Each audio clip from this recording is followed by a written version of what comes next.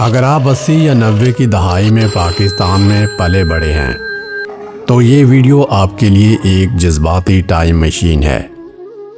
آج کے بچے شاید یقین نہ کریں مگر ایک دور تھا جب ہمارا انٹرنیٹ یہ دھاگے تھے اور ہمارا موبائل یہ PTCL فون ہوتا تھا۔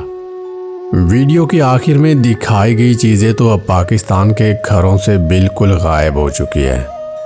کیا آپ پہچان سکتے ہیں یہ سب کیا ہے؟ آئیے دیکھتے ہیں وہ چیزیں جنہوں نے ہمارے کل کو خوبصورت بنایا تھا۔ یہ ٹین کے خالی ڈبے صرف کباڑ نہیں تھے بلکہ مڈل کلاس گھرانوں کے اسٹوریج یونٹس تھے۔ ڈالٹا گھی کے ان ڈبوں میں کبھی دالیں رکھی جاتی تو کبھی امی ان میں سلائی کڑھائی کا سامان چھپا کر رکھ دیتی تھی۔ نیڈو دودھ اور ریڈ گاؤں کے یہ ڈبے باورچی خانے کی زینت ہوتے تھے۔ آج کے ماڈرن کچن میں وہ برکت وہ سادگی ڈھونڈنے سے بھی نہیں ملتی۔ جب فریج ہر گھر کی ضرورت نہیں بنا تھا تب چیکا ہی ہمارا قدرتی ریفریجریٹر ہوتا تھا۔ رسیوں سے بنے اس جال میں ہانڈی یا دودھ کو اونچائی پر لٹکا دیا جاتا تھا تاکہ بلیوں سے بھی بچاؤ رہے اور ہوا لگنے سے کھانا تازہ رہے۔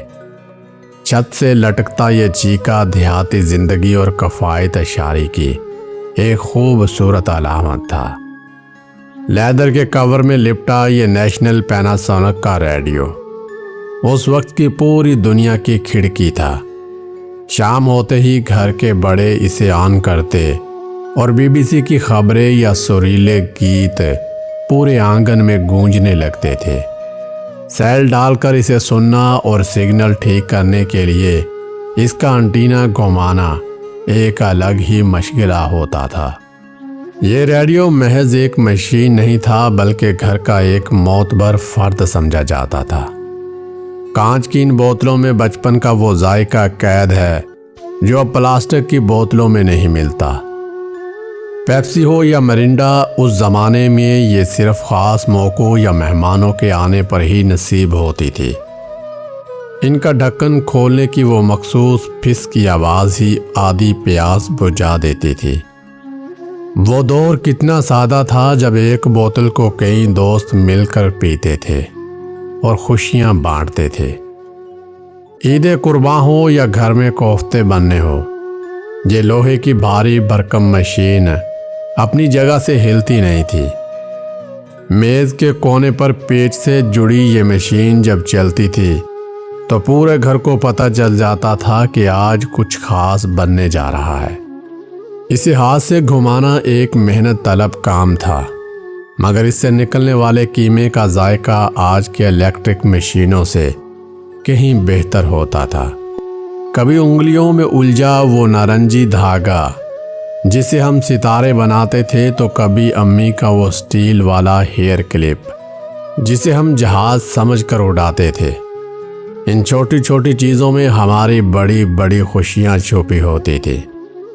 ہمارے پاس سکینر نہیں ہوتے تھے مگر تخیل کی ایک پوری دنیا تھی جہاں ایک دھاگا بھی ہمیں گھنٹوں مصروف رکھ سکتا تھا۔ گھر میں موجود یہ لوہے اور لکڑی کا پمپ صرف سائیکل میں ہوا بھرنے کے کام نہیں آتا تھا بلکہ محلے کے بچوں کے لیے ایک ٹول کٹ تھا۔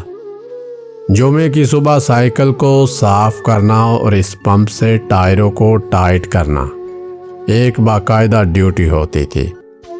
وہ مشقت بھرا دور ہمیں سکھاتا تھا کہ ہم چیزوں کا خیال کیسے رکھا جاتا ہے۔ میلے سے خریدی گئی مٹی کی یہ چرخیاں اور برتن ہمارے بچپن کی سب سے قیمتی اثاثے ہوا کرتے تھے۔ مٹی کی خوشبو، ان پر بنے سادہ سے نقش و نگار ہمیں زمین سے جوڑے رکھتے تھے۔ ان ٹوٹ جانے والے کھلونوں نے ہمیں سکھایا تھا کہ زندگی میں خوشیاں مہنگی چیزوں کی محتاج نہیں ہوتی۔ آج کے پلاسٹک اور الیکٹرک کھلونوں میں وہ احساس کہاں جو ان مٹی کے چھوٹے چھوٹے گھروندوں میں بسا ہوتا تھا۔ یہ لالٹین صرف روشنی کا ذریعہ نہیں تھی بلکہ امید کا ایک روشن استعارہ تھی۔ اس کے شیشوں کو صاف کرنا اور مٹی کا تیل بھر کر اسے جلانا رات کی خاموشی میں ایک سکون بھر دیتا تھا۔ اس کی ہلکی سی زرد روشنی میں بیٹھ کر بڑوں سے کہانیاں سننا اور سبق یاد کرنا مڈل کلاس گھرانوں کی زندگی کا خاص حصہ تھا۔ آج کے دور کی تیز روشنیوں میں وہ اپنائیت اور وہ دھیما پن کہیں گم ہو گیا ہے۔ یہ محض لوہے کا ایک ٹکڑا نہیں بلکہ ہمارے بزرگوں کی محنت اور سلیقے کی پہچان ہے۔ اس کے اندر دہکتے کولے نہ صرف کپڑوں کی سلوٹیں دور کرتے تھے بلکہ گھر بھر میں ایک مخصوص خوشبو پھیلا دیتے تھے۔ جب بجلی کا تصور بھی عام نہیں تھا تب یہ استری ہی تھی جو ہمارے اسکول کی وردیوں کو وقار بخشتی تھی۔ یہ بھاری بھرکم استری ہمیں ان دنوں کی یاد دلاتی ہے جب زندگی تھوڑا مشکل مگر بہت زیادہ خالص ہوتی تھی۔ 90 کی دہائی میں یہ ٹیلی فون گھر کا سب سے معتبر کونا ہوا کرتا تھا، جہاں پورا خاندان اپنوں کی آواز سننے کے لیے جمع ہوتا تھا۔ اس کے نمبر ڈائل کرنے کی وہ مخصوص ٹر ٹر کی آواز اور پھر دوسری طرف سے ہیلو سننا دل کی دھڑکنیں تیز کر دیتا تھا۔ ان تاروں سے جڑے فون میں جتنی دوری تھی، جذبوں میں اتنی ہی قربت اور سچائی تھی۔ یہ فون اس دور کی نشانی ہے جب ہم آوازوں کو ترستے تھے مگر گھر ایک دوسرے کے ساتھ جڑے ہوتے تھے۔ 80 اور 90 کے دور میں چند گھروں میں ہی بجلی ہوتی تھی اور جب لوڈ شیڈنگ کی لمبی راتوں میں یہ ٹارچ ہمارا واحد سہارا ہوتی تھی۔ اب موبائل کی ٹارچ تو ہے مگر وہ لمبی روشنی جو گلی کے موڑ تک جاتی تھی، یہ ٹارچ ان راتوں کی گواہ ہے جب پورا خاندان ایک شمع کے گرد بیٹھ کر باتیں کرتا تھا۔ صبح سویرے اس چکی کے چلنے کی آواز اور مٹی کی سوندھی خوشبو پورے گھر کے جاگنے کا اعلان ہوتی تھی۔ اس چکی کے گرد گھومتی زندگی میں ٹھہراؤ تھا، جہاں ہر نوالا اپنی محنت کا ثمر لگتا تھا۔ آج کی مشینوں نے وہ محنت کی برکت چھین لی۔ ان سکوں سے خریدی گئی چیزوں میں جو ذائقہ تھا وہ آج کے ہزاروں روپے میں بھی میسر نہیں۔ 5 پیسے کا وہ سکہ جب ہاتھ میں ہوتا تو لگتا تھا جیسے پوری دنیا کی دولت مل گئی ہو۔